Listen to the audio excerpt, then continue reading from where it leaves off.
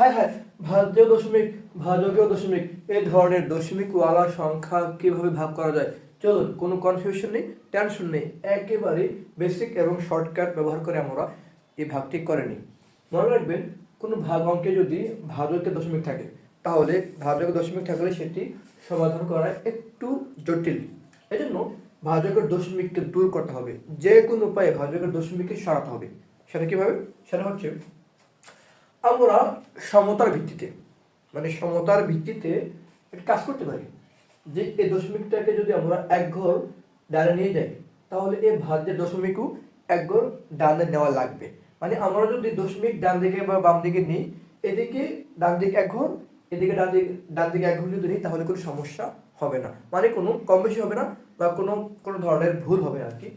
তো আমরা কাজ করি, আমরা এই দশমিককে নিয়ে আসি এদিকে, ঠিক আছে, এদিকে নিয়ে আসি, তখন হলো 38.4।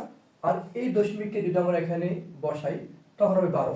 কারণ 12 দশমিকের পরে কিছু থাকলেও মানে থাকবে শূন্য, সেটা গ্রহণযোগ্য নয়।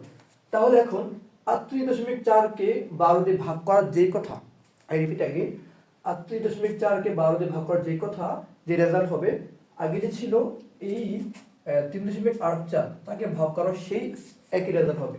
চলুন আমরা একটু করে দেখাই। যেহেতু আমরা দশমিক এক ঘর ডান দিকে নিলে হবে কি 38.4 হবে, আর এখানে হবে 12 হবে। ওকে, তো 12 দিয়ে 38কে কতবার যায়? 3বার যায়।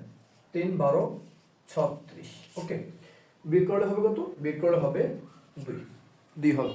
এবার এখন দশমিক চলে আসছে, দিলাম দশমিক, দশমিক দেওয়ার পর এখন আমাদের এই যে 4 নামাইলাম, যায় 2 বার, তাহলে 12 দুগুণে 24। তাহলে এই তো আমাদের উত্তর হয়ে গেল। চমৎকার।